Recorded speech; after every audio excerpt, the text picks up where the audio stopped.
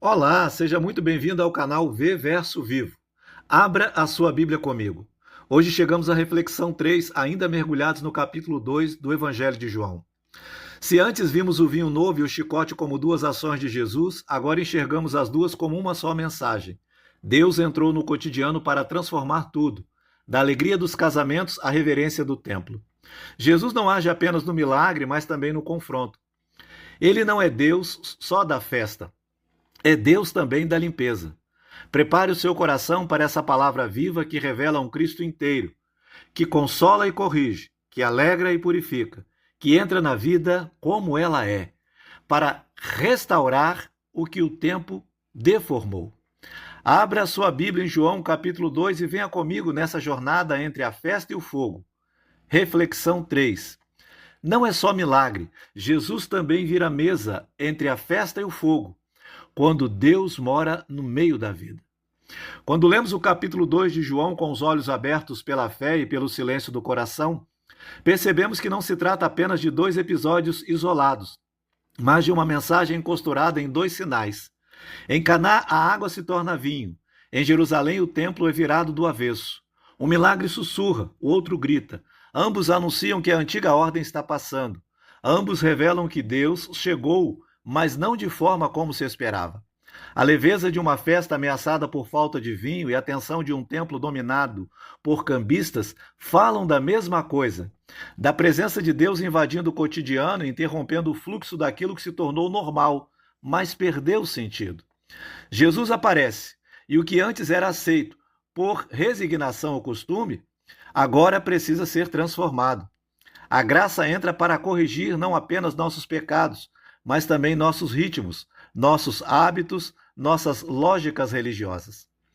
O contraste entre os dois ambientes é uma estratégia divina para despertar em nós a consciência de que Jesus opera em todas as esferas da existência. Ele não é Deus apenas dos momentos de alegria ou apenas dos de correção. Ele é Deus de tudo. Em Caná, ele restaura a alegria do amor humano. No templo, ele restaura a santidade da adoração divina. Ambas as restaurações exigem intervenção. Ambas exigem reconhecimento da presença. Ambas são sinais de que a fé não pode mais ser um adereço. Precisa ser o centro. O que essas duas cenas nos ensinam juntas é que Jesus entra onde é convidado e também onde não é esperado. Ele vem para transformar e limpar. E isso tem implicações profundas. Segui-lo é aceitar ser visitado, tanto com o vinho quanto com o chicote, tanto com a festa quanto com o confronto. É abraçar uma fé que nos cura e nos desinstala. Na psicologia da alma, há lugares que são como Caná, espaços em que estamos à beira da frustração, do esvaziamento, da perda da alegria. E há outros que são como o templo, áreas da nossa vida onde criamos sistemas, construímos rotinas, nos protegemos com estruturas religiosas ou emocionais, mas que perderam o frescor da presença. Jesus visita ambos. Ele se importa tanto com a nossa festa como com a nossa adoração. Ele não separa o sagrado do cotidiano, não divide o amor humano do amor divino, não se afasta da vida como ela é.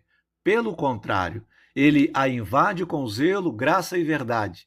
E ao fazer isso, ele nos revela a verdade mais dolorosa e mais libertadora, que precisamos dele em tudo. Precisamos dele na escassez afetiva, na rotina esvaziada, no coração engessado pela religiosidade. Precisamos dele quando perdemos a alegria, também quando a fé virou comércio. O Jesus de João é profundamente humano e profundamente santo. Ele dança em festa e se indigna no templo. Ele responde à súplica de sua mãe e enfrenta os líderes da religião. Ele age em silêncio e em fúria. Isso quebra nossos estereótipos religiosos. O Cristo que revelamos ao mundo muitas vezes é previsível demais, moldado à nossa imagem, domesticado por nossas doutrinas. Mas o Jesus do Evangelho é imprevisível, livre, inteiro, e ele quer formar esse Cristo em nós. Um Cristo que se comove com a dor, mas que também não tolera o engano. Um Cristo que entra no casamento e salva a honra da família, mas que também entra no templo e exige integridade. Isso nos obriga a perguntar: Será que estamos preparados para o Cristo verdadeiro ou apenas estamos buscando um Salvador que nos sirva, mas que não nos confronte? O encontro com o verdadeiro Cristo sempre será libertador, mas nunca será confortável. Há nesse capítulo uma pedagogia divina. Primeiro o vinho novo, depois a purificação do templo. A graça precede o juízo, o amor precede o confronto, a glória precede a cruz. Isso é coerente com o coração de Deus. Ele não chega destruindo, mas oferecendo plenitude. Ele não começa cobrando, mas entregando. O milagre em Caná é um prenúncio de que há alegria possível, mesmo quando tudo parece perdido. Mas o chicote no templo é a lembrança de que essa alegria exige espaço limpo. O vinho novo não pode ser servido em odres velhos.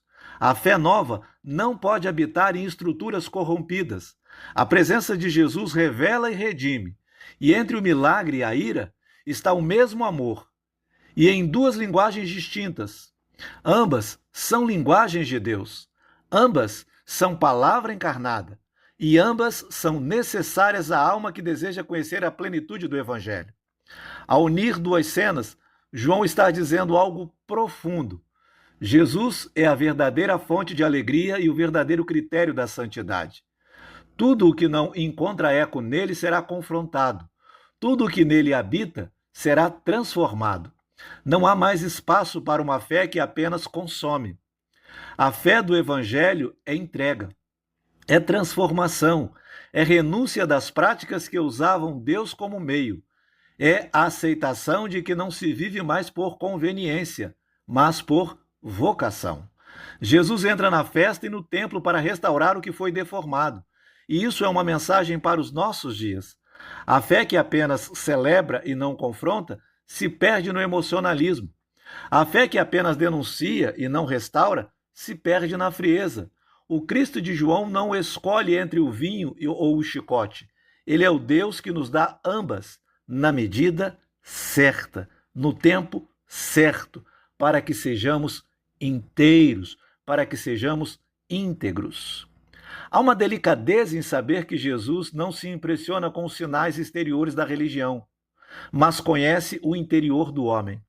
Ele vê o coração. Isso nos convida a uma espiritualidade honesta, crua, verdadeira. Não precisamos mais fingir, não precisamos esconder a escassez, nem maquiar a corrupção. Podemos abrir tudo diante dele porque ele vê, ele sabe e ele ama mesmo assim. João encerra o capítulo dizendo que Jesus não confiava em todos porque conhecia cada um por dentro. Isso pode soar duro, mas é libertador. Nosso valor para Jesus não está na imagem que projetamos, mas na verdade que ele vê. E é a partir dessa verdade que ele nos convida à transformação, porque a glória dele se revela quando a verdade encontra a graça e quando o templo do nosso ser se rende à sua presença viva. O que aprendemos ao caminhar por essas duas cenas, Caná e o templo, é o que Jesus não quer apenas tocar nossa superfície, mas Jesus quer redimir nossa essência. Ele entra na festa para restaurar o vinho da alegria. Ele entra no templo para limpar o que foi profanado. Ele entra em nós para fazer as duas coisas ao mesmo tempo. A fé verdadeira não escolhe entre emoção e verdade, entre celebração e santidade. Ela abraça ambas, porque Jesus é ambas. Se essa palavra tocou você, toque o sininho, curta, compartilhe e convide outros a abrirem a Bíblia conosco. E lembre-se, a presença de Jesus não apenas transforma o que está errado, ela restaura o que ainda pode florescer. No próximo vídeo, seguimos em João e a jornada só aprofunda. Até lá, e que Deus te abençoe com o vinho novo e o templo novo.